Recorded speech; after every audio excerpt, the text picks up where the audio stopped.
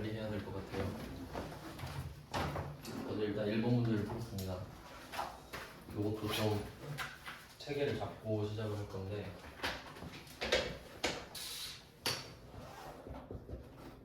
외화 채권 또는 채무입니다. 외화 채권 채무, 뭐 외화 자산 부채라고 해도 상관은 없고요. 여기서 세 가지 사건이 있어요. 첫 번째 거래가 시작이 돼야 되고요. 그다음에 중간에 평가, 그다음에 거래 끝.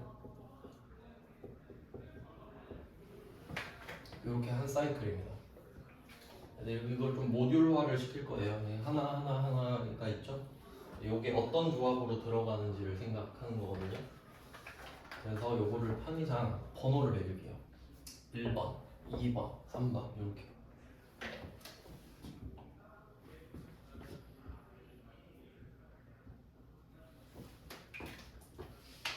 아마 제 생각에는 여러분이 이 수업을 들으면서 회계보다는 공부 방법을 더 잘 알게 되지 않을까 싶어요.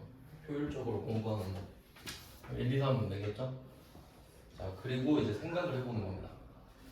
문제를 낼 때 출제자들은 적당히 어려운 걸 원하거든요. 너무 쉬운 거는 재미가 없고 너무 어려워도 안 되고 적당한 난이도를 원해요. 그럼 이 환율에서는 어떤 문제가 생기냐면 하루의 환율은 3개가 있다고 그랬죠. 팔 때, 살 때, 그 중간인 기준. 근데 사실 어떻게 보면 그게 한계잖아요. 그러니까 하루의 환율은 그냥 또 한계가 있는 거잖아요. 그러니까 3개가 있지만 그냥 하루엔 한계가 있다고 할게요. 뭐 초마다 다르지만 사실은. 그럼 이때 시작을 하고 평가를 하고 거래가 끝나면 날짜가 3개죠. 그러면 최소 날짜가 2개가 붙어야 비교를 할 거 아닙니까? 맞죠? 그러니까 최소 날짜 2개를 염두에 둔 문제를 내는 게 제일 적당할 거다 라는 결론이 나오죠. 그러고 이제 어제 39번 문제 풀었잖아요. 그걸 생각을 해보는 거죠. 39번은 여기서 어디에 들어있는 건가? 거래 시작이죠. 시작. 그럼 얘는 하루 나오잖아요. 하루. 그럼 비교 문제가 나옵니까? 안 나오죠. 그냥 그날의 환율로 환산하는 문제만 나오죠. 그러니까 비교가 안 나온다는 소리예요. 그러니까 이런 식으로 1번만 내는 문제는 잘 안 나올 거란 거죠. 재미가 없잖아요. 그냥 환율이 하나밖에 없는데.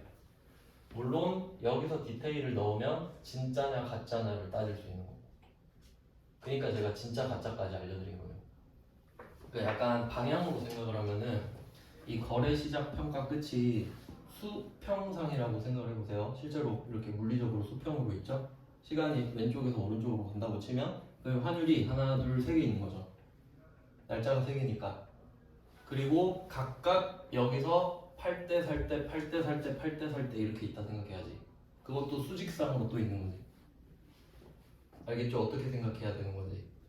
그러니까 좀 이미지화를 시키라는 거예요. 시간상으로 3개가 있고 그리고 각각 팔 때, 살 때가 있구나. 기준도 있고. 이해됐죠? 그냥 얘는 그냥 거래 시작 39번 하나밖에 안 나왔죠. 그럼 비교는 없어. 그럼 여기서 낼 수 있는 문제는 팔 때냐 살 때냐 기준이냐 이거밖에 없지. 그러니까 쉽게 말하면 그냥 진짜냐 가짜냐. 근데 여기서는 그냥 진짜 환율을 알려줘 버렸으니까 하나밖에 안 알려주잖아요. 그럼 우린 고민을 할 필요가 없죠. 근데 조금 난이도가 높아지면 여기다 기준 환율을 옆에 알려줄 거란 말이에요. 이해되나요? 대고객 메인율만 있잖아요. 이 옆에 기준 환율도 같이 알려준 다음에 그리고 나서 환전을 했다고 말을 할 거라고요. 알겠죠? 그럼 답이 뭐예요? 대고객 메인율을 써야지. 환전을 했을 때 진짜 환율이니까. 이해되셨나요?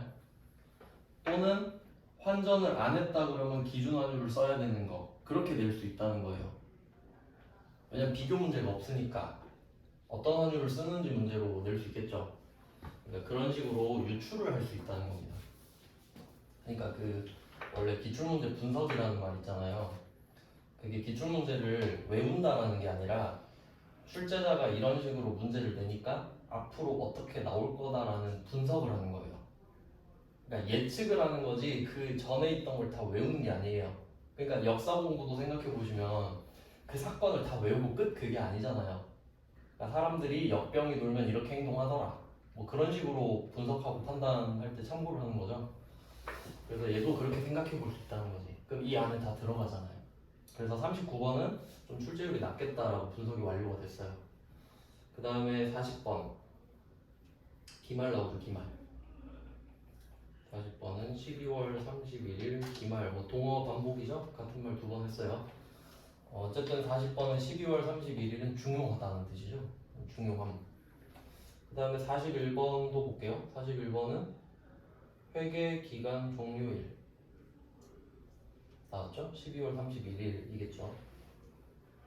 별말 없으면 되겠습니다. 그 다음 42번은 12월 31일 단기말. 근데 사실 그 문제가 주어졌을 때 맨 왼쪽 위에 날짜가 있잖아요. 근데 그 날짜가 안 보이면 12월 31일이에요. 그 12월 31일만 모아서 내는 문제가 있거든요. 거기서는 날짜를 말 안 할 거예요. 근데 그것도 제가 섞어놨거든요. 그러니까 여기에서 날짜가 없으면 12월 31일로 낸 문제라고 생각하면 돼요. 실제 시험에서 그렇게 내니까. 전 섞어놔서 그냥 그런 거예요.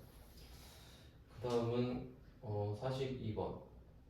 이거 세무 1급이네? 얘도 사실 12월 31일 확인했고 43번도 단기말. 그 다음에 44번은 아무 말도 없죠? 아무 말도 없으면은 12월 31일.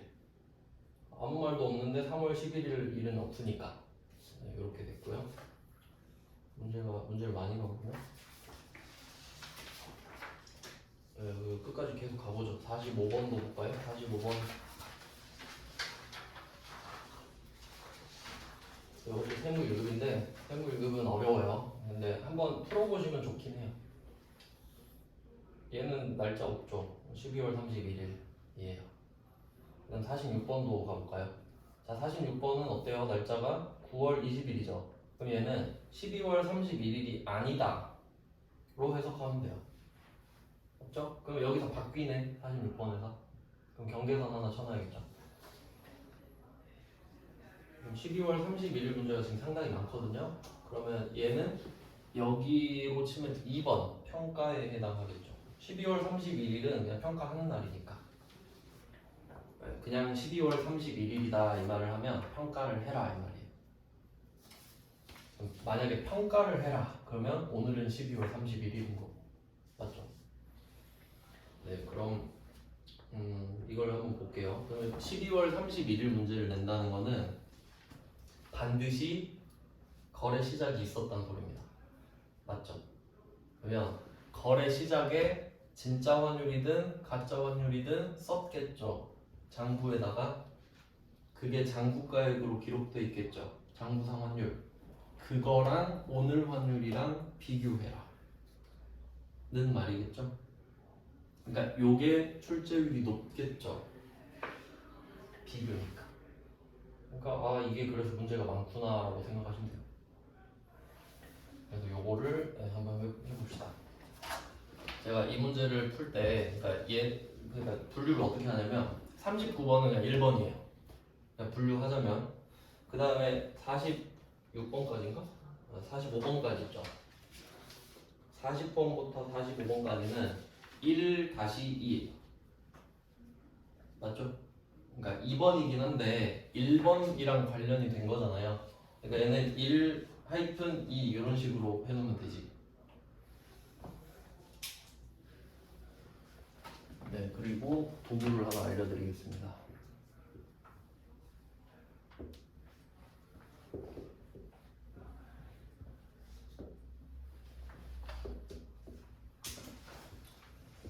저는 공부할 때 이미지를 많이 쓰는데 그게 왜 그렇게 됐냐면 많이 외우고 싶고 많이 알고 싶은데 글로 하면 안 외워줘요. 저는 안 돼. 그 방법이 막 그림도 그려보고 막 했거든요. 근데 잘 되더라고 이게. 그래서 이 방법을 쓰게 되었어요. 살려고 하는 겁니다. 살려고. 이거 그냥 뭐 간단하죠? 박스 하나 곱하기 박스는 박스. 한 줄로 쓰셔도 돼요. 근데 저는 이게 좀 더 임팩트가 있더라고요. 두 줄로 끊어서 쓰는 게. 자, 요거를 가지고 되게 간단하죠? 그럼 어떤 개념을 넣을지 한번 생각해 볼게요.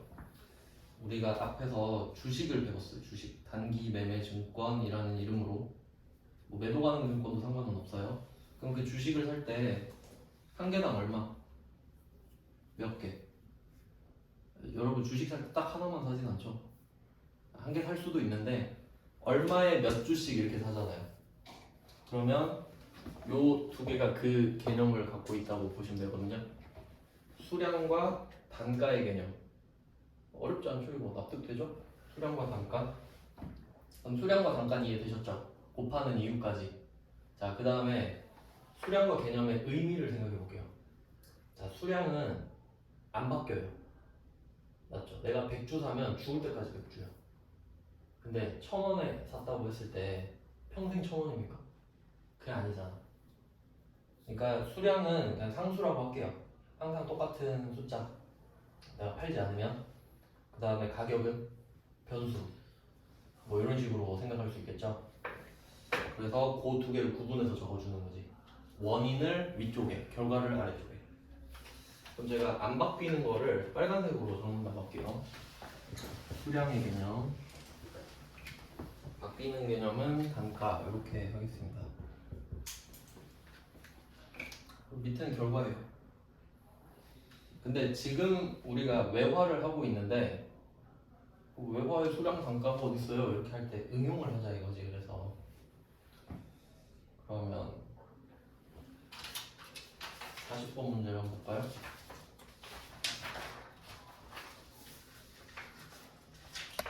자, 40번 문제.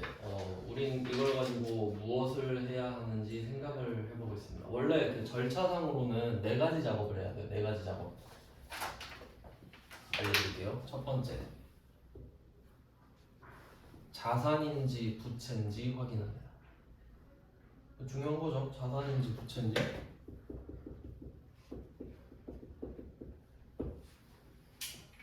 그러니까 요 외화 채권 채무가 단기 매매 증권이랑 똑같다고 말씀을 드렸는데 차이는 그거랬죠. 단기 매매 증권은 자산이고 그냥. 근데 외화는 채권 채무가 나머지잖아요. 그러니까 투 트랙으로 가야 된다 했죠. 그러니까 되게 입체적으로 생각해야 돼요. 다시 보면은 자, 시작, 평가, 끝 날짜 3개죠. 그리고 각각 진짜 가짜 진짜 가짜 진짜 가짜 확률 있죠. 그리고 거기다가 자산 위쪽, 부채 아래쪽 이런 식으로 생각할 수 있어야 된다고. 그러니까 머릿속에 그림이 그려지고 있어야 돼요. 네, 뭐 그런 내용이에요. 그러니까 일단 자산인지 부채인지 찾자라는 거예요.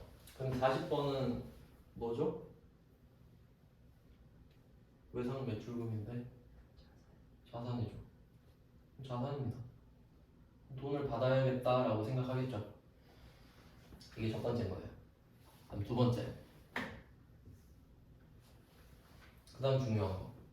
자산이에요. 그럼 우리는 환율이 올랐으면 좋겠다라고 생각하죠. 올라야 돈을 더 받으니까. 그래서 환율이 올랐는지 내렸는지 알아야죠. 환율이 올랐는지 환율이 내렸는지.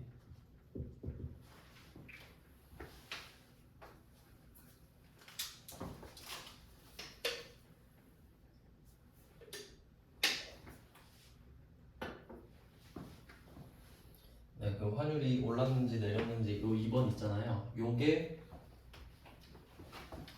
이겁니다. 이걸 통해서 알 수 있는 거예요. 이거 연결 잘 시키셔야 돼요. 그러니까 이 도구를 쓴다 그랬잖아요. 그럼 이 도구를 왜 쓰냐? 그러면 환율이 올랐는지 내렸는지 알기 위해서예요. 아시겠죠? 자산 부채를 찾는 거는 도구가 필요가 없습니다. 이름을 보면 아니까요. 외상매출금이네? 자산 이렇게 되잖아요. 근데 지금 딱 보고 환율이 막 올랐는지 내렸는지 아시겠나요? 잘 모르겠지. 그러니까 분석을 해야 된다는 거예요. 그러니까 이제 무조건 이 평가 문제가 나오면 이 도구를 생각하면 돼. 머릿속에 평가에 이 도구가 떠올라야 돼요. 이유는 환율이 올랐는지 내렸는지 알고 싶어서. 그러니까 처음에 배울 때 딱 정리를 해놓으면 제일 좋죠. 자, 그러면 여기서 두 개를 알려줄 겁니다. 칸이 세 칸이잖아요. 세 칸인데 두 칸만 알려줘. 왜? 시험이니까. 그럼 일단 1억 3천만 원 보이시죠? 이건 뭐죠? 여기 몇 번째 칸일까요? 단가. 아니 맨 밑에. 이건 결과물이죠. 나 1억 3천이다. 1억 3천. 외상 매출금 1억 3천이다. 결과를 적은 거죠. 그래서 여기에 1억 3천이 들어갑니다. 그럼 이 1억 3천은 장부에 적었거든요. 그럼 평생 1억 3천일까요? 아니에요. 수량과 단가를 곱한 결과인데 단가가 바뀔 수가 있기 때문에 결과도 바뀔 수 있지. 그러니까 이렇게 좀 모듈화를 시키는 거예요. 그러니까 내가 그냥 1억 3천 이렇게만 해버리면 왜 됐는지 모르잖아요. 근데 왜 됐는지를 알면 응용할 수 있잖아요. 그럼 이 중에 10만 달러 적혀 있죠. 그럼 이 10만 달러가 수량인지 개념인지 이해를 하셔야 돼요. 지금 10만 달러가 수량일까 단가일까? 10만 달러가 바뀌나요 안 바뀌나요? 안 바뀌죠. 그럼 이건 수량의 개념인 거예요. 그럼 여기서 좀 이해가 안 될 수 있죠. 아니 달러는 단가 아닌가? 이렇게 생각할 수 있죠. 그게 중요한 게 아니에요. 지금 10만 달러를 받기로 했잖아요. 그럼 10만 달러를 받기로 한 사실은 안 바뀌죠. 그럼 여러분이 만약에 주식을 10만 주를 사요. 그럼 그건 10만 주잖아. 절대 9만 주가 되지 않죠. 팔지 않으면. 그런 개념이라는 거지. 바뀌지 않는다라는 거지. 그럼 한번 단가의 개념에 뭐가 들어갈지 생각해 볼게요. 저게 환율이잖아요. 저때 환율이었겠지. 구할 수 있죠? 나누면 되잖아요. 네, 지금 A 곱하기 B는 C의 꼴이잖아요. 근데 지금 B를 구하래. 그러면 C 나누기 A 하면 되죠. 요건 이제 요거는 그 상식이니까 제가 딱히 뭐 알려드릴 건 없는데 그럼 유추할 수 있잖아요. 그럼 그때 1,300이었겠구나. 달러당 1,300원이었겠지. 그러니까 1억 3천이라고 적었겠잖아요. 그러니까 요거를 말을 안 해줘도 내가 알아야 된다는 소리죠. 저렇게 해가지고 1,300원이었구나.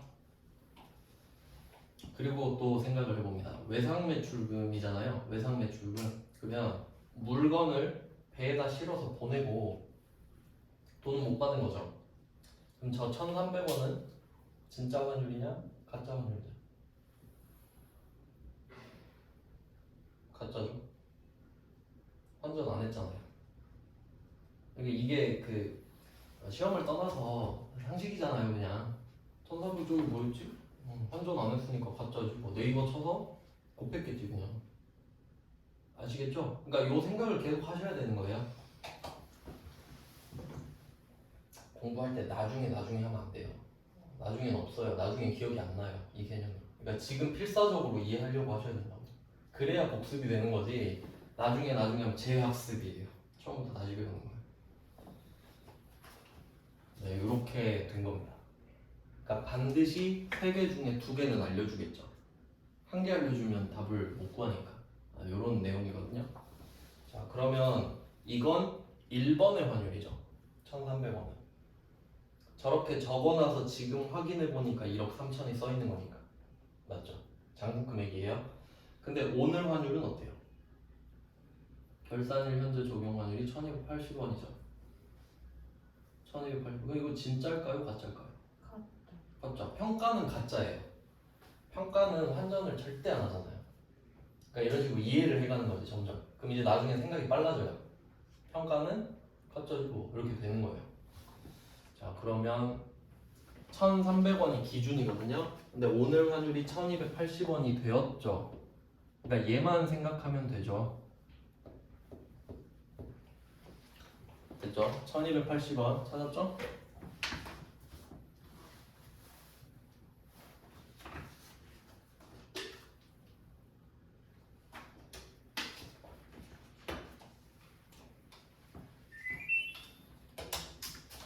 네, 그럼 이게 상황 정리입니다.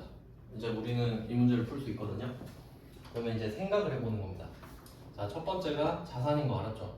그 다음에 두 번째가 환율이 지금 올랐나요? 떨어졌나요? 떨어졌죠? 알아냈죠 이제. 저걸 통해서 알아낸 거 맞죠? 그리고 자산인데 환율이 떨어졌다는 것까지 확인을 한 거야. 기분이 어때요? 좋다 나쁘다? 나빠요. 이것까지 와야 돼. 아 나쁘구나 지금 내가 기분이. 그러니까 여러분은 지금 여러분 돈으로 하는 게 아니기 때문에 지금 이입이 안 되거든요. 근데 좀 그 좋다 나쁘다까지는 가야 돼요. 나쁘군. 그럼 손해를 봤다. 자 그럼 얼마나 손해를 봤는지 찾아야겠죠. 얼마 손해 봤을까? 자 그럼 보세요. 수량과 단가라 그랬죠. 그러면 여러분은 1,300원짜리 주식을 10만 주 산 거예요. 알겠죠? 근데 이게 1,280원이 된 거지. 자 그럼 한 주당 기분이 얼마씩 나빠진 거예요? 20원. 20원씩 몇 번? 10만 번. 20원씩 10만 번 기분이 나빠야지. 한 개에 20원이 떨어졌고 10만 개가 떨어졌으니까. 이해됐죠? 그러니까 우리는 지금 기분이 200만 원 나빠요. 기분이 나빠. 마이너스 20 해서 곱하기 10만 이렇게 가야 되니까. 네, 근데 만약에 똑같은 상황인데 이게 부채일 수도 있잖아요. 그럼 플러스 200이 되죠. 덜 갚는 거예요. 그러니까 방향이 두 개인 걸 아셔야 돼요. 그러니까 지금 마이너스 맞죠? 안 좋으니까. 근데 부채면 마이너스가 사라지겠죠. 이렇게 이해하셔야 돼요. 이렇게 체계적으로 공부를 해야 돼요. 환율이. 그러니까 대충 하다 보니까 이거 이렇게 해도 잘 못 풀거든요. 그러니까 머릿속에서 뭘 하는지를 알아야 되는데 잘 안 되죠 이게. 자 그러면 200만 원까지 확인을 한 겁니다. 그러면 지금 1번 거래 시작할 때 회계 처리를 제가 유추해서 적어볼게요. 어떻게 적었겠는지.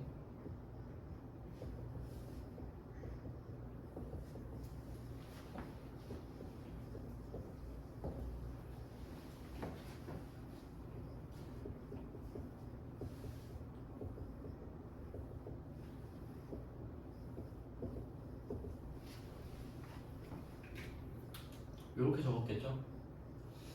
근데 그 실제로는 이렇게 장부에 적혀 있겠지만 만약에 그 39번 같은 문제 어제 풀었던 거 있잖아요. 답이 440만 원이었거든요. 40만 원 곱하기 11 해가지고. 근데 여러분 입장에서는 그거를 그 과정으로 적는 게 좋아요. 그러니까 여기 이 문제로 치면은 10만 곱하기 1300 이런 식으로. 그 연습하실 땐 그렇게 하시는 게 좋다 이거지. 왜냐면 1억 3천만 원을 써놓으면 왜 이렇게 됐는지 모르잖아요. 근데 과정을 써놓으면 그냥 곱하면 결과가 나오죠. 그러니까 그런 식으로 효율적으로 공부를 해야 된다는 거지. 근데 그냥 1억 3천 덜렁 써놓으면은 아 이거 왜 나왔지 또 가야 되죠. 그 문제 또 가야 된다고. 그럼 이게 복습이 아니라 재학습이 돼버려요. 다시 하고 있는 거예요 공부를. 근데 그냥 보면 아 맞다 얘 수량 단가 개념이었지 하고 쓱 넘어가고. 공부는 내가 모르는 걸 찾는 거거든요. 근데 그 공부가 어렵다 이 말이 뭐냐면 어렵다라는 개념이 뭐냐면 내가 뭘 모르는지 모른다는 소리예요. 그러니까 내가 딱 봤을 때 아 난 환율을 몰라. 그럼 이거 쉬운 거예요. 내가 환율을 모른다는 사실을 알고 있으니까. 그럼 이제 환율 공부를 할 거냐 말 거냐로 가거든요. 근데 어렵다라는 건 뭐냐면 내가 이 중에 도대체 뭘 모르는지 모르는 거예요. 그래서 어렵다고 하는 거예요. 처음부터 다시 보기가 어렵다라는 거지. 그러니까 네, 잘 생각을 해보세요. 아 이거는 좀 나한테 이해하기가 쉬운 건가 어려운 건가. 그럼 열심히 해야죠 이거를. 그러니까 저 같은 경우는 어떻게 했냐면 그러니까 이게 누구에게도 쉬운 주제가 아니거든요. 그건 팩트죠. 그러니까 누가 보자마자 이해가 너무 잘 돼요 이럴 리가 없잖아요. 저는 공부할 때 어떻게 했냐면 근데 전 모르는 상태가 너무 싫거든요. 모르는 상태가 스트레스예요 저는. 왜 문제 나오면 못 푸니까. 그래서 저는 그 공부하다 주말 같은 때 있잖아요. 그날 만약에 오늘 외화를 조진다 외화를 한 2, 30문제를 구해와요. 걔만 풀어요. 계속 풀어요. 죽을 때까지 푸는 거예요 그냥. 그러면 한번 생각을 해보세요. 여러분이 외화 문제를 20문제를 구해가지고 여기 다 구해져 있잖아요. 사실 공부는 이 자료를 모으는 것 자체가 공부의 시작이거든요. 그게 싫어서 잘 안 해요. 근데 제가 다 모아놨죠. 근데 그래도 잘 안 해요. 그러니까 저만 잘한다 했죠. 그래서 그럼 제가 만약에 20문제를 모아놓은 거예요. 그러니까 나는 학생 때 공부하던 습관이 있어서 이렇게 되는 거예요. 20문제를 모아. 그럼 처음에 한 문제 풀 때는 1시간이 넘게 걸립니다. 실제로. 한 문제 막 2시간, 3시간 걸려본 적 있어요 진짜?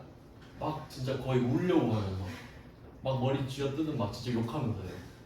내가 병신인가? 얘가 병신인가? 막 하면서 막. 근데 한 문제가 풀리잖아요? 그럼 막 2시간 걸려서 풀잖아요. 그럼 두 번째 문제도 2시간 걸릴까? 그럴 리가 없죠. 1시간 아래로 걸립니다. 한 40분, 30, 40분 돼요. 그럼 이제 재미 붙어요. 나 이거 되네? 세 번째 문제는 10분. 그럼 그 다음부터는 그냥 푸는 거예요. 그냥 확인하는 거예요. 내가 안다는 사실을 확인하는 거예요. 그러면 그렇게 하루가 지나잖아요. 그러니까 제가 시간이 소중하다고 하는 거예요. 하루 만에 이걸 조질 수 있잖아요. 근데 저는 그걸 한 적이 있거든요. 근데 보통 그걸 누가 하겠어요? 그냥 생각해봐 몇 명이 날 것 같은지. 잘 안 할 것 같죠? 그러니까 하는 사람이 무조건 이기는 거예요. 안 하니까 아무도. 그래서 전 그걸 알고 있거든요. 그러니까 전 해요. 그럼 차이가 계속 벌어져요. 감당할 수 없는 차이가 생겨요 나중에. 그렇겠죠? 그러니까 솔직히 강사랑 학생이랑 차이가 별로 없어요. 강사는 알려줘야 되잖아요. 그냥 책임감이 강할 뿐이에요. 모르면 안 된다는 책임감이 있을 뿐이지. 근데 여러분은 몰라도 되죠? 그 차이가 계속 벌어지는 거예요. 전 알아야 되니까 알게 되는 거고 여러분 몰라도 되니까 모르는 거고 그런 거지 계속. 그러니까 마음가짐이 중요하다는 거예요. 공부는. 알겠죠? 주제가 어렵고 쉽고는 아무 의미가 없어요. 하면 돼요. 네. 전 그렇게 했어요 진짜로. 너무 어려운 건 버립니다 저는. 근데 이 정도는 사람이 할 수 있는 정도이기 때문에 충분히 할 수 있어요. 그 재미를 느끼시면 참 좋은데 네. 결국 그 좋은 거는 눈에 안 보이는 거더라고요. 그러니까 막 운동해서 몸이 좋아진다거나 막 그런 것들 있죠. 공부 잘하게 된다거나 그런 건 돈으로 못 사잖아요. 뭐 하여튼 과정은 그렇고요. 이렇게 쓴 거예요. 자산 오늘 수익 이렇게 해놨겠죠. 그때 당시에 1번에서. 그리고 외상 매출금은 뭐 거래처 있겠죠. 여기서는 브리티시네요. 브리티시.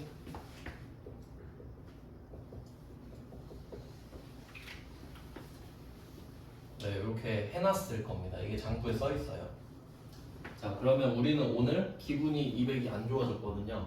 그 이유가 뭔지 생각해보면 외상 매출금이라는 자산이 1억 3천이 있었거든요. 근데 이 중에 만약에 오늘 이걸 받게 되면 200을 못 받는 거거든. 그러니까 1억 2,800을 받게 되거든요. 그러니까 방법이 두 개 있는데 첫 번째는 저는 차익만 구해요. 20원 하고 10만 이렇게 구하는 게 제일 빨라요. 평가는 제가 단기매매증권 평가할 때 차익만 구한다고 했죠. 오른 부분이나 떨어진 부분만 적는다고. 그럼 얘도 그게 제일 쉽잖아요. 두 번째 방법은 총액을 구하는 겁니다. 그러니까 처음에 10만 곱하기 1300이었잖아요. 근데 지금은 10만 곱하기 1280이죠. 그럼 1억 3천, 1억 2,800이거든요. 빼도 되죠. 어차피 답은 정해져 있거든요. 근데 내가 어떻게 들어갈 거냐가 문제지. 근데 두 번째 방법은 조금 비효율적인 것 같죠. 어차피 똑같은데. 그래서 전 이 방법 쓰는 거예요. 그러면 이걸 가지고 외상 매출금 200을 줄여요. 그럼 요거를 대변으로 없앱니다. 줄어들었으니까.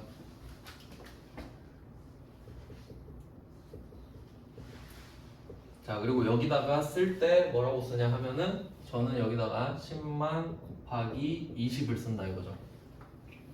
10만 곱하기 20을 쓴다. 복습할 때 편해요. 그러면 제일 좋은 건 색깔까지 구분하면 제일 좋은데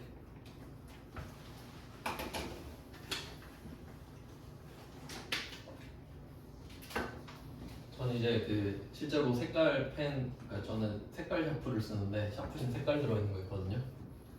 그 샤프도 색깔 맞춰가지고 쓰는데 색깔 없으면 이제 공부를 못해요 저는. 근데 상관없어요. 왜냐면 색깔 펜은 있으니까요.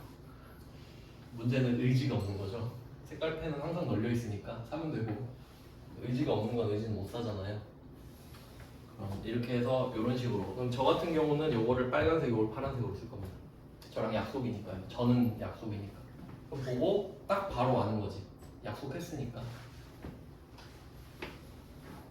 근데 그걸 저는 공부를 하다 많이 해봤으니까 어떤 공부를 해도 바로 대입이 되거든요. 그러니까 공부 방법에 시간을 쓸 필요가 없어요 저는. 적어도. 그럼 그 사람들은 계속 더 잘하게 되죠.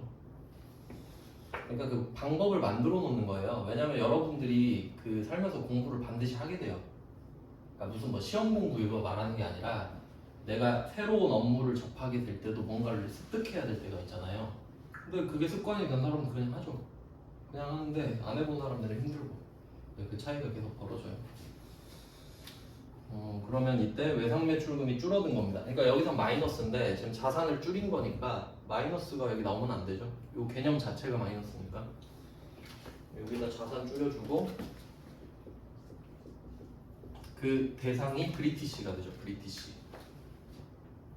그러니까 우리는 오늘 만약에 돈을 받게 되면 브리티시한테 200을 덜 받게 되는 거예요. 그러니까 미리 줄여놓은 거지 지금. 줄여놓으면서 기분이 안 좋잖아요. 기분이 안 좋아. 왜 기분이 안 좋니? 물어보니까 평가 손실이죠. 개념으로 치면. 근데 이제 외화 같은 경우는 환산이라고 해요. 환산. 그냥 바꿔서 계산한다 정도. 환산. 그러니까 외화 평가라고 안 하고 외화 환산이라고 해요. 그러니까 환산은 평가랑 같은 뜻이라고 보셔도 돼요. 왜냐면 그게 똑같은 뜻은 아니거든요. 환산이랑 평가랑 똑같은 말은 아니잖아요. 근데 외화는 12월 31일만 애써 환산을 하잖아요. 굳이 하잖아요. 그걸 왜 하냐? 평가 때문에. 그러니까 외화는 평가 때문에 12월 31일에 환산을 해야 되니까 똑같은 말은 아니지만 그러니까 환산은 평가구나 라고 생각해도 된다는 거죠. 의미상 똑같다는 말이 아니에요. 외화, 환산, 손실이 되는 거죠. 그러니까 환산은 평가, 그러니까 외화 평가 손실.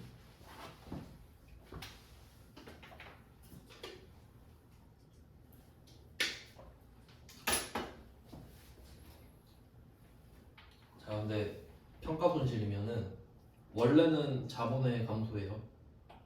판 게 아니잖아요 지금. 근데 얘는 비용으로 해버려요. 그래서 단기 매매증권이랑 같이 공부하면 좋다고 그랬죠. 비용이에요.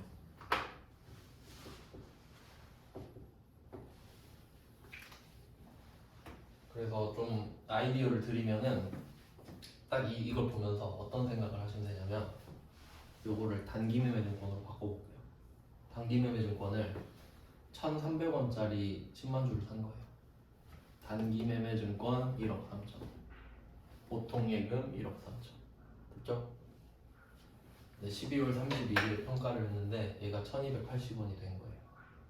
그럼 20원씩 10만 주가 떨어졌죠. 그럼 단기 매매증권 200만 원 떨어지죠? 그럼 기분이 나쁘잖아요. 왜 나쁘니? 하니까 평가 손실 똑같잖아요. 이름만 다르죠. 근데 이거 보고 다르잖아요. 다르긴 다르잖아요. 하는 사람 공부 못하는 사람. 진짜 그러네요. 하면 잘하는 사람이지. 어떻게 똑같은 걸 또 하진 않겠죠. 그러니까 이름만 다르다는 느낌이 들지 않나요? 그러면 똑같네? 이렇게 되는 거죠. 공부를 두 번 하는 게 아니지. 근데 자산은 똑같잖아요. 자산. 그래서 40번 요것도 잘 나오니까 제대로 한번 풀어봤어요. 그러니까 이걸 뭐 대표 문제로 보셔도 돼요. 39번은 뭐 하나밖에 없었으니까 그거 대표 문제를 하기 좀 그렇고 그냥 있었으니까 넣었고요. 그다음에 여기서는 사실 그 기본 문제를 두 개로 하셔야 돼요. 40번이랑 41번인데 제가 얼마나 치밀한지 알면은 놀라실 거예요. 40번은 이 박스 중에 1번 박스랑 3번 박스를 줬잖아요. 근데 항상 이렇게 줄까요? 그렇지 않겠지. 그럼 41번을 한번 볼까요? 41번. 일단 외상매입금 계정 이렇게 말을 해요. 계정 나오면 계정 과목이랑 소리죠 그냥. 계정 과목이에요. 왜냐면 뒤에 보시면 외화 외상매입금이라는 말이 있죠. 근데 검색하면 외화 외상매입금도 있단 말이에요. 그럼 헷갈리겠죠. 그러니까 앞에 뭐라고 해놨어요? 외상매입금 계정이라고. 우린 이거 쓴다고. 이해했죠? 요거 모르면 안 돼요. 네, 그러면 얘는 외상매입금이 297만 원. 그럼 40번으로 치면 1억 3천이죠. 결과물이죠. 그 다음에 뭘 알려줬는지 보세요. 위안화 1CNY 165원 이렇게 써있죠. 일단 참고로 화폐 쓸 때 있잖아요. 화폐 쓸 때는 그 국제적으로 약속을 했거든요. 알파벳 세 글자를 쓰기로 약속을 해요. 앞에 두 글자는 나라예요. 뒤에 한 글자는 화폐 이름이에요. 맞힐 수 있겠어요? CN이 뭔지? 차이나겠지. 차이나. Y는요? 위안이겠죠. 뭐 N이라 해도 되고 걔네 발음이 위안이니까. 그러니까 차이나 위안이에요 지금 이거. 근데 이런 거를 출제자가 한 번씩 왜 말을 하냐면 그냥 멘붕 오라고. 너 이거 모르지? 그냥 멘붕이나 먹어라 뭐 이런 거거든요. 하지만 여러분이 시험장 갔을 때 처음 보는 이런 것들은 시험 문제에 아무런 영향이 없어요. 그러니까 이런 것들은 그냥 생략하고 보시면 되거든요. 왜냐면 앞에 위안이라 써있잖아요. 그러니까 별로 의미 없는 말이거든요. 그러면 만약에 또 멘붕을 주고 싶다 그러면은 39번에서 JPY 이렇게 줬을 겁니다. Japan N 뭐 한국 돈은 뭘까요? KRW 뭐 대충 그냥 그런 느낌이 들잖아요. 그럼 이제 응용이 되는 거지. 그럼 달러는 USD고 뭐 그렇겠네 이런 식으로. 홍콩 달러는 뭐 HKD 뭐 이런 거 아니겠습니까? 뭐 그냥 그런 느낌이에요. 그러니까 결론은 뭐냐면 환율을 알려줬죠. 그러니까 단가를 알려준 거라고. 그 당시에 165원이었다고 알려준 거라고. 그래서 두 문제를 넣은 게 40번 문제는 1번, 3번 박스를 알려줬죠. 41번 문제는 2번, 3번 박스를 알려줬죠. 뭘 주든 구할 수 있죠. 그러니까 놀라면 안 돼요. 아 그냥 그럴 수도 있지 하고 푸시면 돼요.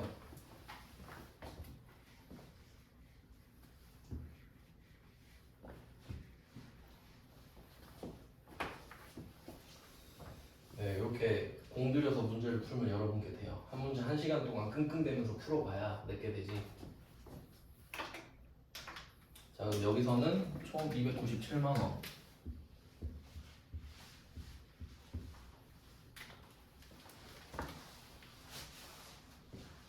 165원 위안.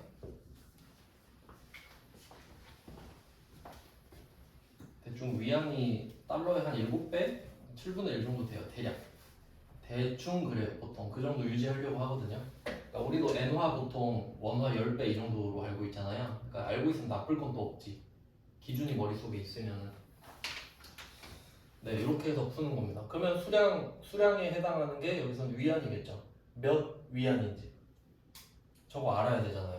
그러니까 이 박스를 그려드린 이유가 3개가 있으면 2개를 준다고 그랬죠. 그럼 나머지 1개를 알아낼 수 있잖아요. 근데 이 밑에 칸 있죠. 밑에 칸. 이 결과는 몰라도 돼요. 요거는 몰라도 돼. 그러니까 무슨 말이냐면 만약에 여기서 수량 단가, 그러니까 1번, 2번 박스를 문제에서 알려줄 수도 있죠. 이론상. 그러면 그걸 굳이 곱해서 얘를 구해놓을 필요는 없어요. 그러니까 우리는 1번과 2번을 알아야 되는 거예요. 그러니까 출제자가 보통 1번, 3번, 2번, 3번 이렇게 줄 거라고. 나누는 작업을 반드시 하게끔. 그러니까 이 논리상 1번, 2번 박스를 주면 답이 쉬워져 버리기 때문에. 왜냐면 3번을 구할 필요는 없기 때문입니다. 왜냐면 어차피 우리 이런 식으로 그냥 곱하기만 써놔도 두드리면 답이 나와버리잖아요. 그러니까 굳이 구해놓을 필요는 없지. 총액을 구하는 게 아니라 순액을 구하면 되니까. 그런 내용인데 문제를 한번 풀어볼게요. 몇 위안일까요? 저기 18,000이었던 것 같은데.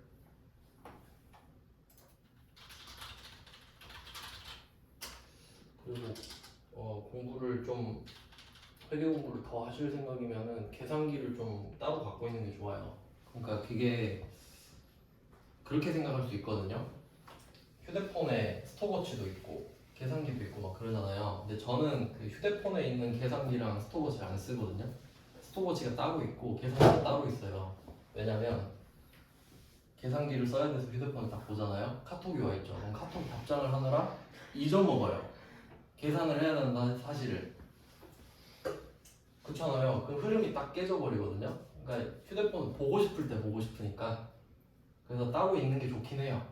그러니까 내가 좀 지배당하고 싶지 않으면 저는 그런 의지가 좀 있어서. 저는 휴대폰이 필요악이라고 생각해요. 그럼 저거를 165로 나누면은 18,000. 18,000이 나왔어요. 18,000 위안.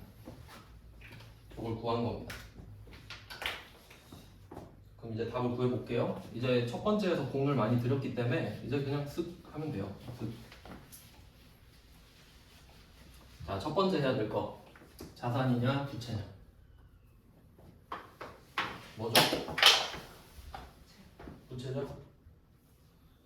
그럼 우리 마음속에는 환율이 내렸으면 좋겠다 이게 있어야 돼요. 맞죠? 부채니까. 그리고 환율이 어떻게 됐나 볼까요? 오늘 환율이 170원이에요. 그럼 일단 나도 기분이 나빠야 돼. 아, 이거 돈 더 갚아야 되네. 이런 느낌을 받아야 된다고요. 그럼 일단 기분이 나빠요. 방향은 잡았어. 나쁘다. 그럼 얼마나 나쁜지 찾아야겠죠. 얼마나 나쁜지. 그러면 오늘 환율이 170이니까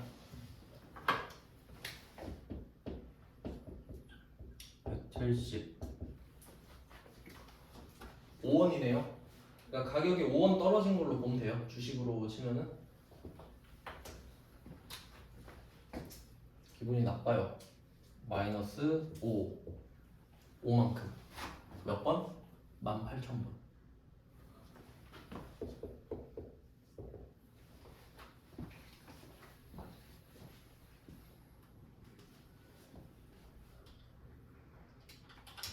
어, 9만원이네요. 9만원. 그럼 왜 9만원어치 기분이 나쁘냐면 외상매입금이 297만원 있잖아요. 근데 오늘 갚으면은 9만원 더 갚아야 돼요. 환율 때문에. 그게 떨어진 거랑 똑같지. 그러니까 받아야 될 돈을 9만원 못 받는 거랑 줘야 될 돈에서 9만원을 더 주는 거랑 뭐 그게 그거죠. 둘 다 기분 나쁜 건 똑같죠. 그러니까 어차피 결과는 같지. 근데 이제 외상매입금의 위치를 한번 생각해 볼게요. 우리가 원재료를 주로 사니까 원재료를 사서 외상을 했겠죠.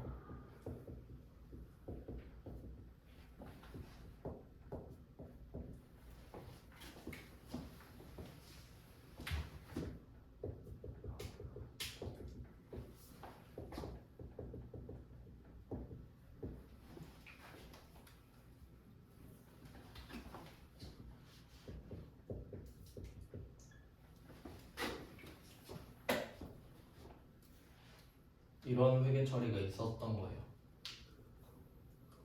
그리고 오늘 계산을 해보니까 9만원을 더 갚아야 돼. 그러면 이 외상매입금 금액 자체가 갚아야 될 돈이잖아요. 근데 이게 9만원이 느는 거지. 9만원이 늘어나요. 그러니까 같은 자리에 외상매입금을 한 번 더 써야 되죠.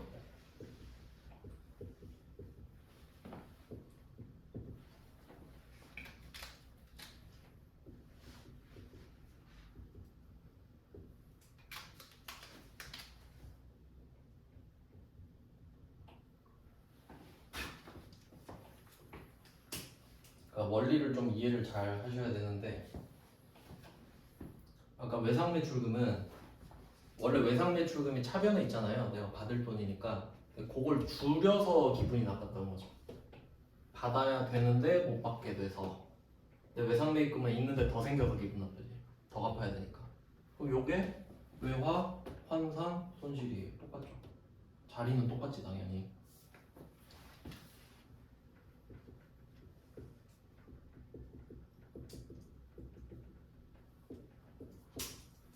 그래서 여기다가 뭐 9만원 그러니까 이렇게 돼 있으니까 저는 요거를 한쪽만 쓴단 말이야. 한쪽만. 그러니까 9만원 한쪽은 9만원 써놓고 한쪽은 5 곱하기 18,000. 그럼 과정도 볼 수 있고 답도 볼 수 있죠. 그러니까 제 나름 머리를 쓰는 거예요. 그게 다음번에 볼 때 어떻게 편할까. 왜냐면 그러니까 저는 머리가 안 좋다 생각해서 무조건 다시 본다는 전제를 깔거든요. 그러니까 저는 오늘 공부한 거 무조건 자기 전에 봐요. 그러니까 그때 볼 때 어떻게 해야 빨리 볼까라고 생각하면서 쓰거든요. 근데 보통 이제 안 보는 사람들은 그냥 그죠. 본다는 전제가 없으니까 뭐 이해는 합니다만은. 그래서 여기다가 5 곱하기 18,000. 그러니까 이것도 마이너스죠. 부채가 된 거니까. 그래서 비용